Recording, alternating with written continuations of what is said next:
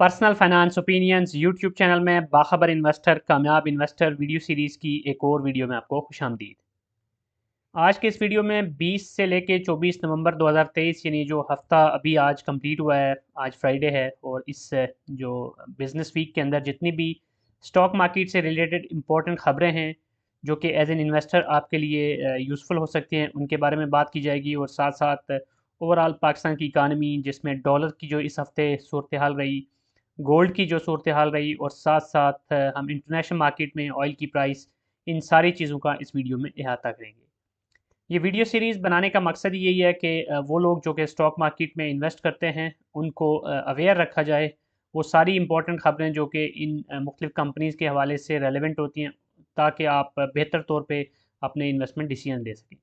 क्योंकि अगर आप एक बाखबर इन्वेस्टर हैं और अपने आप को बजाय र्यूमर्स के जो कंक्रीट इन्फॉर्मेशन होती है उसके साथ अटैच रखते हैं, तो तभी आप एक कामयाब इन्वेस्टर बनकर बेहतर तौर पे अपनी स्ट्रेटजी बना सकते हैं। सबसे पहले हम इस हफ्ते की जो इम्पोर्टेंट खबरें हैं स्टॉक मार्केट में मुख्तलिफ कंपनीज़ के हवाले से, उनको वन बाय वन देख लेते हैं। और इसमें जो पहली खबर है वो पीआरएल के हवाले से है। पाकिस्तान रिफाइनरी लिमिटेड ने ऐलान किया है कि कंपनी ने अपनी रिफाइनरी की जो इस्तेदाद है उसको बढ़ाने के लिए इंडस्ट्री की दो बड़ी कंपनियां जो हैं, हनीवेल यूओपी और एक्जेंस, इनके साथ एक एग्रीमेंट किया है। और ये जो प्रोजेक्ट है इसके ज़रिए पीआरएल की जो रिफाइनिंग की कैपेसिटी है या उनकी जो सलाहियत है वो दुगना हो जाएगी।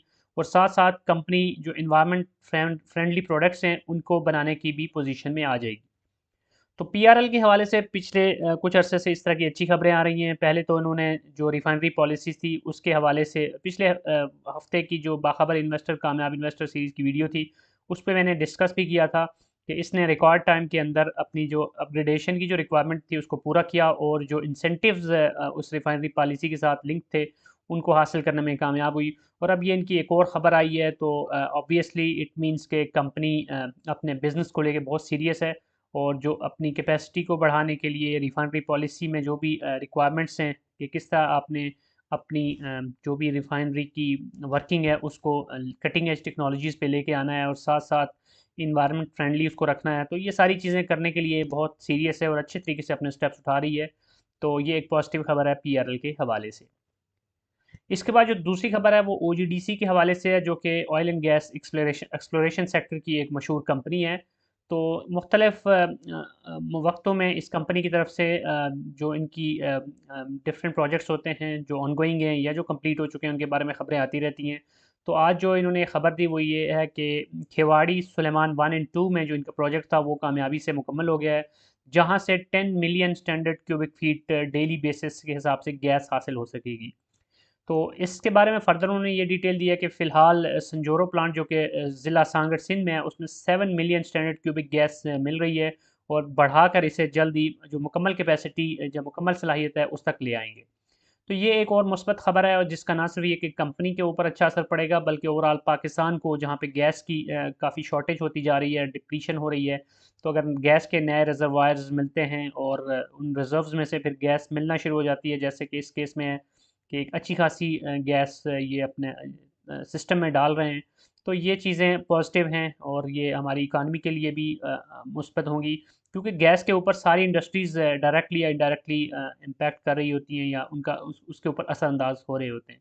जैसे अगर हम फर्टिलाइज़र सेक्टर की बात करें, इसका मैन्युफैक्चरिंग सेक्टर की बात करें या टेक्सटाइल सेक्टर, कोई भी दीगर सेक्टर्स हैं, तो उनको अपनी प्रोडक्शन जारी रखने के लिए गैस की ज़रूरत होती है। तो गैस अगर उनको ज़्यादा मिलेगी, बिला तातुल मिलेगी, तो तभी जो इंडस्ट्री का पहिया है वो अच्छे चल सकता है। तो इस लिहाज से ओजीडीसी की यह खबर, और इससे पहले मारी पेट्रोलियम ने भी कुछ अर्सा पहले, और जो दीगर इस सेक्टर की कंपनीज हैं उनकी तरफ से भी ऐसी ही अनाउंसमेंट्स आती रही हैं। तो ये एक मुस्बत चीज़ है पाकिस्तान के लिए ओवरऑल। इसके बाद जो अगली खबर है वो भी एक पॉजिटिव खबर है। काफ़ी अरसे के बाद सीमेंट सेक्टर के हवाले से कोई इतनी मुस्बत खबर हमें देखने को मिली है। और ख़बर ये है कि जो पाकिस्तान की सीमेंट्स की एक्सपोर्ट्स हैं वो माली साल 2023-24 के पहला जो 4 माह हैं, यानी जुलाई से लेके दिसंबर तक, इसमें जो इनका इंक्रीज़ है, अगर हम कॉरेस्पॉन्डिंग पीरियड पिछले साल का देखें मुकाबले में, वो 81.69% इंक्रीज़ हुई है। तो ये एक सिग्निफिकेंट इंक्रीज़ है एक्सपोर्ट के ऑफ सीमेंट के अंदर। और अगर हम वॉल्यूमेटिक नंबर्स में देखें तो ये जो बरामदात का वॉल्यूम है पिछले साल के फाइनेंशियल ईयर के पहले 4 महीने में ये जो वॉल्यूम था वो 1.324 मिलियन था, जो कि इस साल बढ़कर 2.405 मिलियन पे चला गया है, जो कि एक सिग्निफिकेंट इंक्रीज़ है।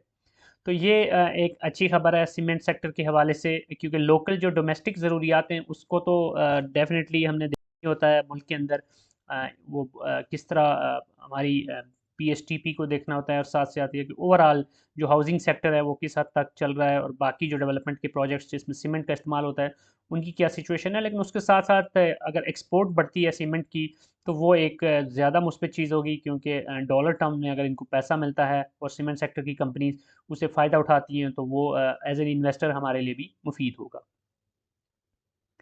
इसके बाद जो अगली खबर है वो आईएमएफ के साथ जो रिसेंटली स्टाफ लेवल एग्रीमेंट हो गया है, और उसके बाद अब दिसंबर में एक्सपेक्टेशंस हैं कि जो आईएमएफ का बोर्ड है वो उसको फॉर्मली अप्रूव कर देगा। उस हवाले से जो हमारी केयर टेकर फाइनेंस मिनिस्टर हैं डॉक्टर शमशाद अख्तर, उन्होंने ये बात की है कि ये जो आईएमएफ के साथ मुआहिदा है इसकी जो बाकायदा मंजूरी होगी दिसंबर में, उसके बाद सिर्फ जो आईएमएफ की जो किस्त है जो हमें ट्रांच मिलनी है $700 मिलियन की, यही एक हमें नहीं मिलेगी, बल्कि इसके साथ साथ और भी जो मल्टीलैटरल ऑप्शंस हैं वो भी अनलॉक हो जाएंगे, और एज़ पर हर $1.5 बिलियन की जो मज़ीद मुमकिन इनफ्लोज़ हैं उनकी राह भी हमवार हो जाएगी। तो ये बहुत ही ज़रूरी है और बहुत ही सिग्निफिकेंट है, क्योंकि हमारे जो रिज़र्व्स हैं वो अगर डिप्लीट होना शुरू हो रहे हों, जैसे आगे चल के हम रिज़र्व्स की बात भी करेंगे कि उसमें मुसलसल कमी आ रही है, तो अब ये जो अगली ट्रांच मिलनी है और साथ साथ अगर ये एडिशनल इनफ्लोज आते हैं तो हमारी जो रिजर्व्स हैं उनकी सूरत हाल काफ़ी हद तक बेहतर हो सकती है। साथ साथ एक और इससे सप्लीमेंट्री खबर ये भी है कि आज हमारे जो केयर टेकर प्राइम मिनिस्टर हैं उनकी तरफ से भी ये खबर है कि पाकिस्तान बहुत जल्द हमें कुछ मज़ीद इन्वेस्टमेंट्स बाहर से मिलेंगी, जिसमें एक बड़ी इन्वेस्टमेंट की जो बात हो रही है वो सऊदी अरेबिया की तरफ से है रिकोटेक में। या फिर उससे हट के अगर बात की जाए तो सऊदी अरेबिया की तरफ से एक खबर ये काफ़ी अरसे से गर्दिश कर रही है रिफाइनरी सेक्टर के अंदर भी, कि सऊदी अरेबिया अरामको वगैरह पैसे लगाएंगे, लेकिन अभी वो चीज़ें किस हद तक कंक्रीट होती हैं और उन पे अमल दरामद कब होता है, कैसे वो पैसा आता है, ये सारी चीज़ें अभी क्लियर नहीं है। इसके बाद जो अगली खबर है वो फौजी फूड्स लिमिटेड के हवाले से है, और कंपनी ने ये अनाउंस किया है कि फौजी फाउंडेशन के जो डिफरेंट बिजनेस ऑप्शंस हैं उसके अंदर ये अपना पोटेंशियल इंटरेस्ट शो कर रही है, और इसमें जो उसके इक्विटी स्टेक्स हैं फौजी फाउंडेशन के उनको ये एक्वायर करने की कोशिश कर रही है, और इसमें जो दो काबिल ज़िक्र हैं उसमें फ़ौजी इंफ्रा वेस्ट फूड्स लिमिटेड और फौजी सीरियल्स शामिल हैं। तो इट मीन्स के फौजी फूड्स लिमिटेड अपने बिज़नेस को एक्सपेंड करने और दीगर जो प्रोडक्ट लाइंस हैं उसको भी ऐड करने के लिए सीरियस है, और फौजी फाउंडेशन के जो स्टेक्स हैं उनको लेना चाह रही है। तो ऑब्वियसली ये एक अच्छा असर डालेगी लॉन्ग टर्म में देखा जाए तो फौजी फूड पे, क्योंकि सीरियल्स और इस तरह के जो प्रोडक्ट्स हैं वो ऑलरेडी मार्केट में पॉपुलर हैं और इसकी ब्रांडिंग मौजूद है और सेल्स हो रही हैं। तो इस तरह के बिजनेसेस को अगर फौजी फूड अक्वायर करती है तो इसका ओवरऑल फूड्स की जो स्टॉक प्राइस है या उनका जो बिज़नेस प्रॉफिटेबिलिटी है उसके ऊपर अच्छा असर पड़ेगा। ये कुछ खबरें थी, और इसके बाद अब हम यूएसटी को देखते हैं कि इस हफ्ते में यूएसटी की पीकेआर के अगेंस्ट इंटरबैंक में परफॉर्मेंस कैसी रही। तो 20 नवंबर से 24 नवंबर तक आप देखें तो कुछ मिला जुला सा रुझान रहा। पहले दिन आप देखें 20 को तो 285 रुपये 97 पैसे, और दूसरे दिन फिर 285 रुपये 79 पैसे पे डॉलर आ गया, और तीसरे दिन फिर मज़ीद नीचे आया 285 रुपये 13 पैसे पे। लेकिन उसके बाद फिर हमने देखा कि 23 और 24 को यानी थर्सडे और फ्राइडे को दोबारा से हमें एक अपवर्ड सर्ज नज़र आई 285 रुपये 27 पैसे और 285 रुपये 37 पैसे। लेकिन ओवरऑल पूरे हफ्ते का देखा जाए तो जो स्टार्ट था वो 285 रुपये 97 पैसे पे था डॉलर की जो प्राइस थी अगेंस्ट पीकेआर, और जो क्लोजिंग हुई है आज के दिन 285 रुपये 37 पैसे। तो ओवरऑल देखा जाए तो बहरहाल डॉलर की प्राइस इस हफ्ते कम ही हुई है, ज़्यादा बढ़ी नहीं है। और लेकिन जो कम हुई है वो भी पैसाज में है, यानी कोई बहुत सिग्निफिकेंट नंबर नहीं है। तो ऐसे लगता है कि डॉलर की जो प्राइस है फ़िल वक्त अगर यहीं पे भी टिकी रहती है और इसी के आसपास हवर अराउंड करती रहती है, तो उसके बाद अगर दिसंबर में इनफ्लोज आ जाते हैं एज़ पर एक्सपेक्टेशन, और आईएमएफ की जो अप्रूवल है वो क्रिसमस की हॉलीडे से पहले आ जाती है, तो फिर ऑब्वियसली उसका एक मुस्बत असर पड़ेगा हमारे जो रिजर्व्स हैं उसके ऊपर, और सब्सिक्वेंटली जो रुपये पे प्रेशर है अगेंस्ट डॉलर वो भी काफ़ी ईज़ आउट होगा। अब हम रिज़र्व्स की बात करते हैं। ये यकम सितंबर से लेके अब तक, चूँकि वीकली बेसिस पे स्टेट बैंक की तरफ से डेटा पब्लिक किया जाता है, तो आज जो इस हफ़्ते जो डेटा है वो पिछले हफ़्ते का होता है, यानी 17 नवंबर का। तो 17 नवंबर को जो हमारे टोटल रिज़र्व्स हैं, जिसमें state bank on plus commercial banks के पास जो होते हैं, उनको मिला के देखा जाए तो 12.3 बिलियन बनता है, जो कि जो 10 नवंबर का डेट नंबर था उससे काफ़ी कम है। 12.54 था और अब 12.3। तो आप देख सकते हैं कि पिछले कुछ अरसे में यहाँ पे आप अगर 22 सितंबर का डेटा देखें तो 22 सितंबर को हमारे, बल्कि आप 15 सितंबर को देखें तो हमारे जो रिजर्व्स थे वो टोटल मिला के 13.19 बिलियन थे। और उसके बाद फिर मुसलसल इसमें हमें एक डिक्लाइन नज़र आ रहा है और करते करते अब 12.3 बिलियन पे रह गए हैं। बहरहाल ये भी ज़रूर देखें कि अभी भी कोई वो डेंजरस लेवल पे नहीं है, अभी भी एक्सेप्टेबल लेवल है, कीपिंग इन माइंड के दो चीज़ें। एक तो ये कि आगे हमें कुछ जो बहुत सारे पेमेंट्स करनी हैं, जो लोन्स हैं उनकी जो ड्यू पेमेंट्स है अगले कुछ अरसे में। लेकिन साथ साथ ये है कि इन्फ्लोज़ की भी उम्मीद है आगे, जैसे आईएमएफ की ट्रांच मिल जाएगी, प्लस जो एडिशनल जो पोटेंशियल उसके साथ लिंक मल्टीलैटरल जो इन्फ्लोज़ हैं उनकी बात हो रही है, वो भी अगर आ जाते हैं, और सऊदी अरेबिया की तरफ से भी अगर कोई फॉरेन इन्वेस्टमेंट आ जाती है तो वो एक पॉजिटिव असर डालेगी। एक और इम्पॉर्टेंट बात ये कि आज मैं एक खबर पढ़ रहा था, जो हमारी केयर टेकर फाइनेंस मिनिस्टर हैं डॉक्टर शमशाद अख्तर, उनकी एक खबर थी कि पाकिस्तान एक और ऑप्शन को भी देख रहा है कि जिसमें स्वैप होता है, डेट टू नेचर स्वैप इसको बोलते हैं। उसमें होता ये है कि जो कर्ज़े होते हैं उनको स्वैप कर दिया जाता है अगेंस्ट सर्टेन स्टेप्स जो कि कुछ ममालिक लेते हैं for the conservation of nature. तो चूँकि नेचुरल जो इन्वायरमेंट फ्रेंडली स्टेप्स अगर लिए जाते हैं नेचर को कंजर्व करने के लिए, और उस हवाले से अगर कोई कंक्रीट स्टेप्स उठाए जाते हैं तो कुछ उसके अगेंस्ट कर्ज़े जो हैं वो स्वैप हो जाते हैं।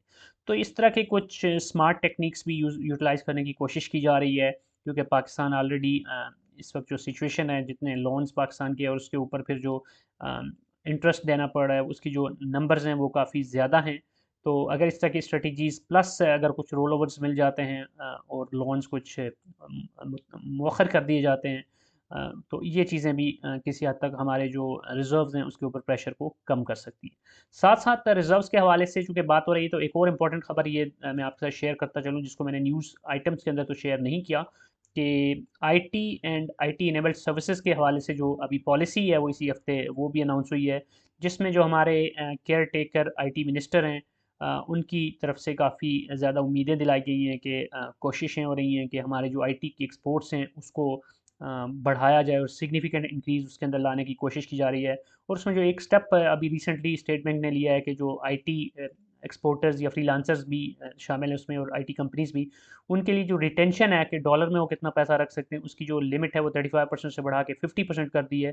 तो ये भी एक वायबल उन्होंने अपॉर्चुनिटी दी है आईटी एक्सपोर्टर्स को, और वो एक्सपेक्ट ये कर रहे हैं कि इसकी बेसिस पे भी मज़ीद इम्प्रूवमेंट आएगी। प्लस जो नए लोग जो आईटी एक्सपर्ट्स या आईटी प्रोफेशनल्स हैं वो मार्केट में मज़ीद इन हो रहे हैं हर गुज़रते दिन के साथ या हर गुज़रते साल के साथ।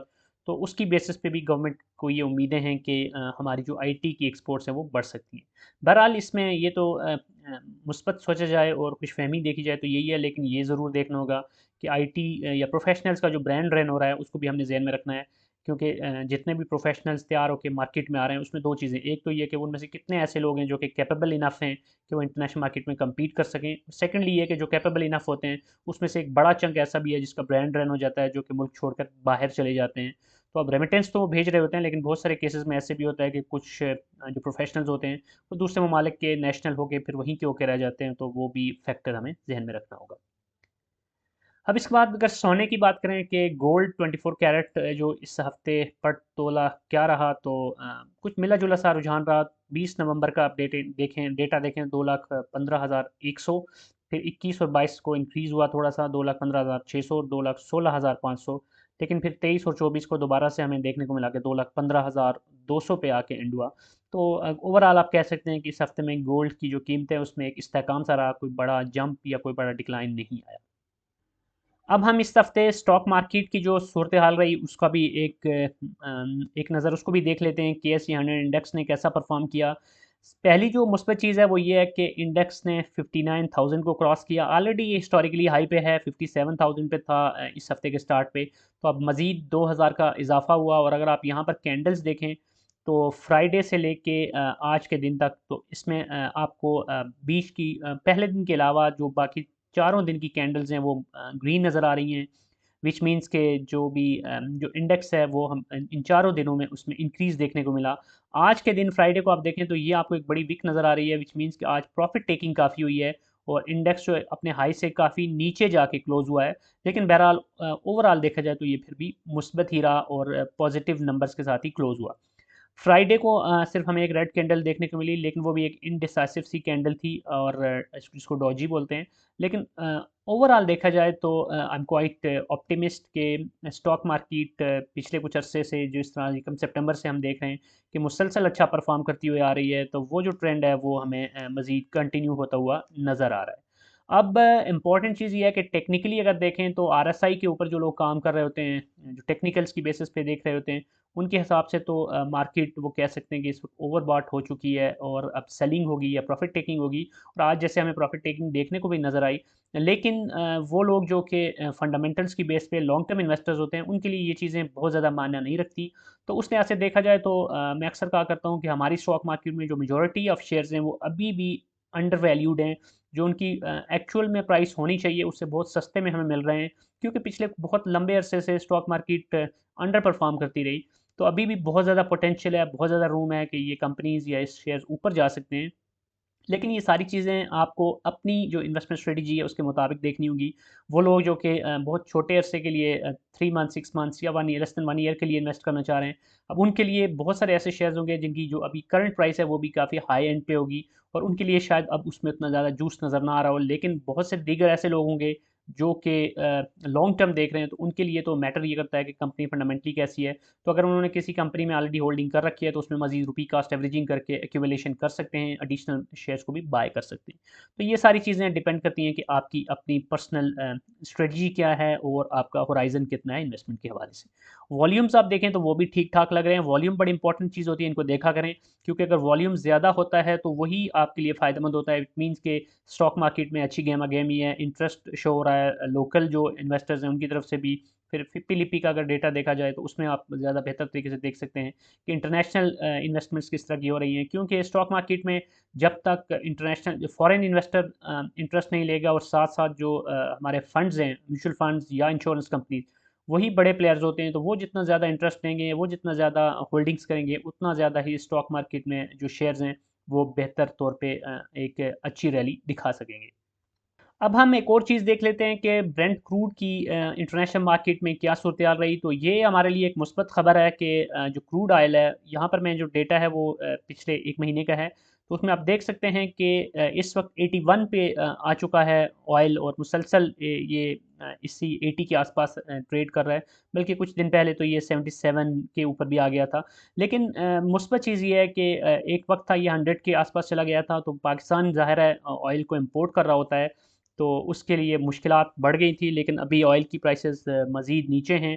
तो अगर यही सूरत हाल रहती है तो ज़ाहिर है पाकिस्तान का जो इंपोर्ट का बिल है उसके ऊपर इसका मुस्बत असर पड़ेगा। और जैसे हमें देखा कि पिछले कुछ अर्से में हमारे जो ऑयल की प्राइसेस हैं, पेट्रोल डीज़ल की कीमतें वो भी कम हुई। तो अगर ये मज़ीद इस्तेहकाम रहता है या मज़ीद उसमें कमी आती है तो हमारी इंडस्ट्री के लिए भी मुस्बत होगी और ओवरऑल हमारी इकानमी के लिए और कंज्यूमर्स के लिए भी वो एक मुस्बत चीज़ होगी। तो इसके ऊपर भी नज़र रखने की ज़रूरत है। और बहुत सारी कंपनीज़ ऐसी हैं जिनके अंदर इन्वेस्टमेंट करने से पहले आपको ये चीज़ भी देखनी चाहिए कि उसका जो रॉ मटेरियल है वो क्या है और उसकी प्राइसेस क्या चल रही हैं। और ऑयल एक मेजर आइटम होता है बिजनेसेस को रन करने के लिए। तो ऑयल की प्राइसेस को बहुत ज़्यादा गहराई से देखा करें कि इंटरनेशनल मार्केट में क्या चल रहा है, क्योंकि उसी की बेस पे फिर कंपनीज़ की प्रॉफिटेबिलिटी अप या डाउन होती है। तो ये थी इस हफ्ते की हर बाखबर इन्वेस्टर कामयाब इन्वेस्टर सीरीज़ की वीडियो। आई होप कि ये इन्फॉर्मेशन जो भी इस वीडियो में आपके साथ डिस्कस की गई ये आपके लिए यूज़फुल होगी और बेहतर इन्वेस्टमेंट डिसीजन लेने के लिए इस सीरीज़ में जो वीडियोस बनाई जा रही हैं उससे आपको फ़ायदा हो रहा होगा। कोई भी फीडबैक है या आप कोई सजेशन देना चाहते हैं कि इन वीडियोज़ को मज़ीद किस तरह बेहतर बनाया जा सकता है, तो उस हवाले से भी आप कमेंट सेक्शन में लिख सकते हैं। और अगर आपको ये वीडियो पसंद आई है तो चैनल को सब्सक्राइब करना, वीडियो को लाइक करना, बेल आइकन को प्रेस करना मत भूलिएगा, क्योंकि ये वीडियोस बड़ी मेहनत से आपके लिए तैयार की जाती हैं, काफ़ी रिसर्च की जाती है और आपकी तरफ से हौसला अफजाई, आपकी तरफ से सब्सक्रिप्शन, वो हमारे लिए बहुत मैटर करती है। Thank you very much.